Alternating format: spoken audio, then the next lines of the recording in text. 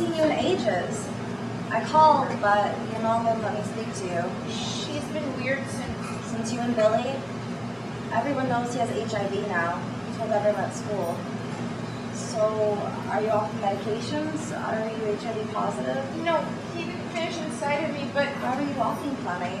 I have nerve damage in my leg because of the medication I was taking as prevention, and the doctor said it could affect me for the rest of my life. I'm sorry. Look, I gotta go. We'll talk later.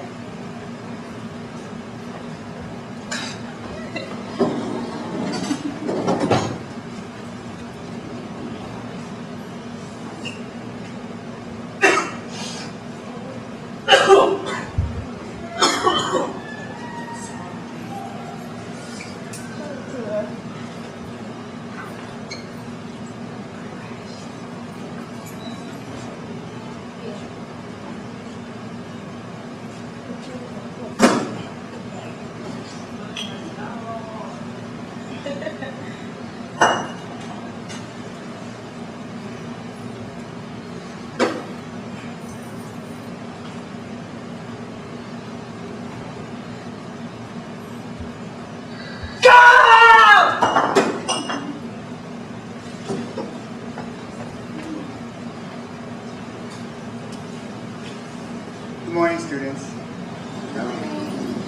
I'm here to discuss what your principal just so graciously divulged. Many of you are going to have a difficult time in coping with Alan's death since you've known him since junior high school. I spoke to his parents several months ago, and again last night. Alan was diagnosed as HIV positive and had a very difficult time dealing with it. As a result, perhaps last night, as you were told, he drove his father's car into a tree and died. His parents, of course, are devastated. They wanted the truth to be known. There is an epidemic. 5 kids in this school in this year have been diagnosed with HIV. And one other girl, though she's not HIV, has permanent nerve damage in her legs as a result of taking the medication as a prophylaxis. How do we prevent this? Perhaps the only way is to be honest. Billy?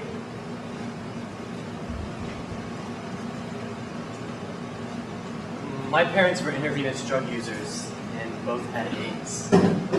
I came to the school and I kept it a secret. Perhaps if I'd been honest, if I had talked about how living with the disease isn't easy, that there is no cure.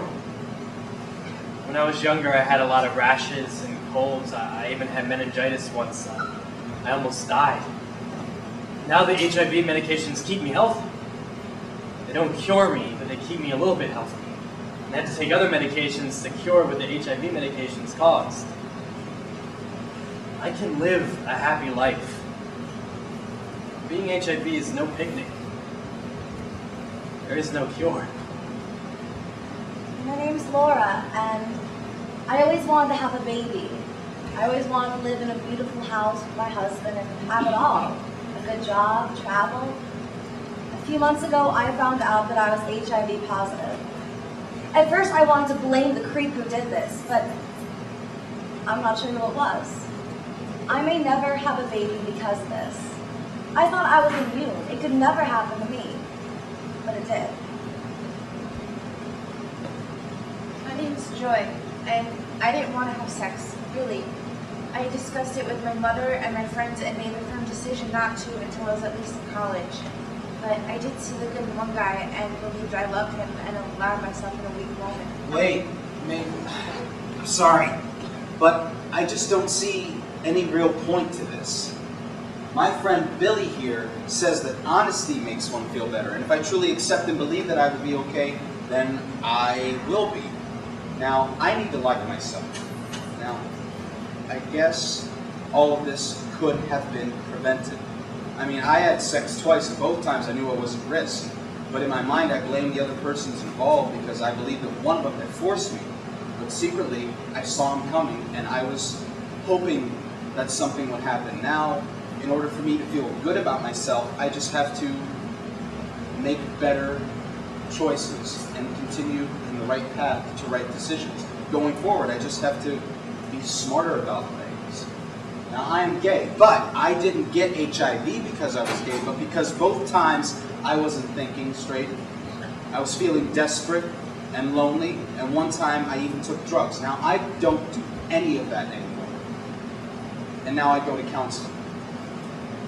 And maybe even one day I might meet the right person. So, thanks, Billy. The important thing to know about HIV is that although it's not all that easy to get, one bad mistake can put you at risk. That's right. In the end, I agreed to his charm, and now my life has changed forever. I don't hate him. He may have fooled me, but I wanted him to charm me. I wanted to believe he loved me. Perhaps I your wanted to perhaps mistakes were born others. I don't know. I'm really not feeling good about this at all. Now the entire school knows I have HIV.